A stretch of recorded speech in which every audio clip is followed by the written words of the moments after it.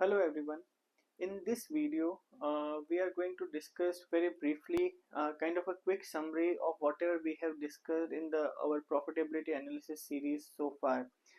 And we'll see what are the different profit elements and at a high level how do we utilize them, what's the different purpose for this, for which each profitability measurement term would be used.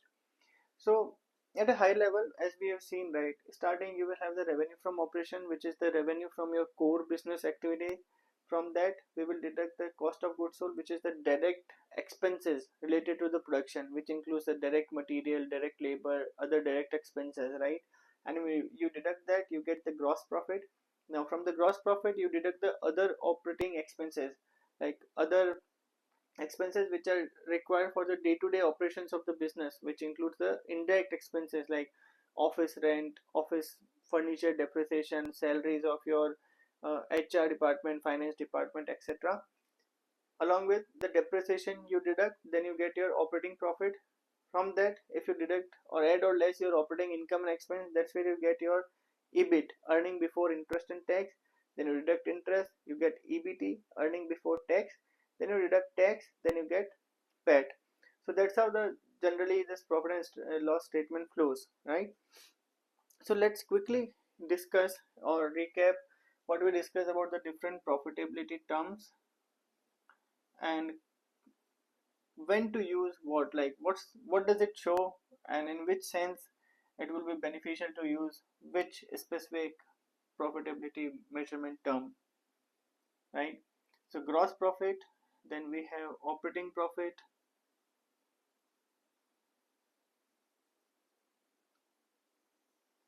then EBITDA, then net profit. Okay, so gross profit, basically how do we calculate the gross profit? Like we deduct the revenue from operation, we like from revenue from operation we deduct the cost of goods sold, which is like total production cost related to the material sold, right? So we deduct that and we get the gross profit. So basically it shows our production efficiency.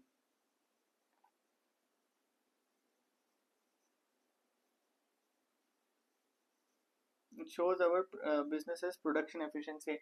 So whenever there is a need to understand what is the production efficiency, we look at the gross profit. Also, since it talks about the production and sales and it's related to the production cost, so basically for our pricing strategy,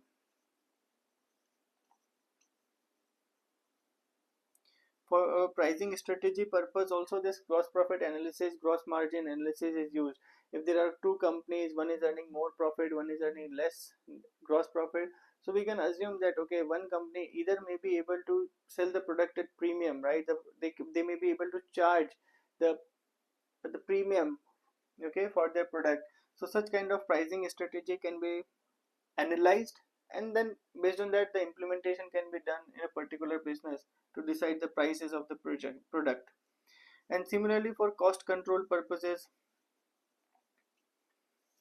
this gross profit analysis can be used. So basically it will overall depict the what are the production efficiency of the company, right? And based on that how much profit they are earning, and for the pricing strategy purposes or cost control purposes the gross profit analysis can be done or used. Yeah. The second is operating profit. So what does operating profit show? So from the gross profit, right, you deduct the operating expense. Operating expense are the expenses which are required for running the day-to-day business operations, right? And once you deduct those daily operating expenses, you get the operating profit. So basically it shows your business operations profitability. Businesses operations, business operations profitability. Okay, so one thing this, and it also shows basically your operations, businesses operations efficiency, because see this one is only related to production cost and sales, right, gross profit. So it shows the production proficiency, efficiency, but here we are deducting the day-to-day expenses also, like SG&A, like if you have a office, the rent of the office, electricity of the office, and depreciation on the furniture which are used in the office, because depreciation is also operating expense. Reason being, the depreciation is charged on the asset which are used on the day-to-day basis, right? Since these are related to the business operation, so yes, so depreciation is also considered as a part of operating expense. So basically, it shows by running the whole operations, business operation, how much profit you are getting. So it shows the operations efficiency. If the company is earning more operating profit, basically in the operating margin terms compared to other companies, so it means they are better in terms of operations efficiency. That's the purpose of operating profit. EBITDA, again, it's a very very important term, earning before interest, tax and depreciation, okay, which we have discussed in our previous videos. This is used for, one is like valuation purposes. So all the like a private equity firm or venture capital firm, whenever they are doing any merger and acquisition, right, or any business valuation, this EBITDA is used. So one of the main purpose is to use in the valuation. Okay. Also, it shows the operating cash flow. It helps us identify the operating cash flow. See, when we discuss about EBITDA, right? So one of the formula we saw is like operating profit plus depreciation, right? So operating profit is this, and then we add the depreciation, which is a non-cash item. Yeah, so we add the non-cash item back, non-cash expense back. So basically we get the operating profit, which is related to cash flow, because we are eliminating the non-cash item. So since we are eliminating non-cash item, we are expecting this cash flow, so operating cash flow. So it is help in identifying the operating cash flow. Okay. Third is like for comparison. So as I mentioned, when you must have seen my like EBITDA video. If you have not already seen, I would suggest you go through that video, because there you will understand in detail about the EBITDA. So basically, the purpose of EBITDA is to have a clear comparison, because there are some element like tax, depreciation, and interest. Okay, these element makes the profit or the PAT non-comparable between two companies, right? So all these non-comparable elements are eliminated by adding back to the profit, and that's what make it more comparable. So that's what the purpose of EBITDA, for valuation or identify the operating cash flow and make the profits more comparable between two or three companies, right? That's the main usage and purpose. Net profit. Net profit, what does it show? Net profit is basically PAT, right? This PAT means it shows the overall profitability of the business, overall profitability, because that's the final profit which is coming after deducting everything.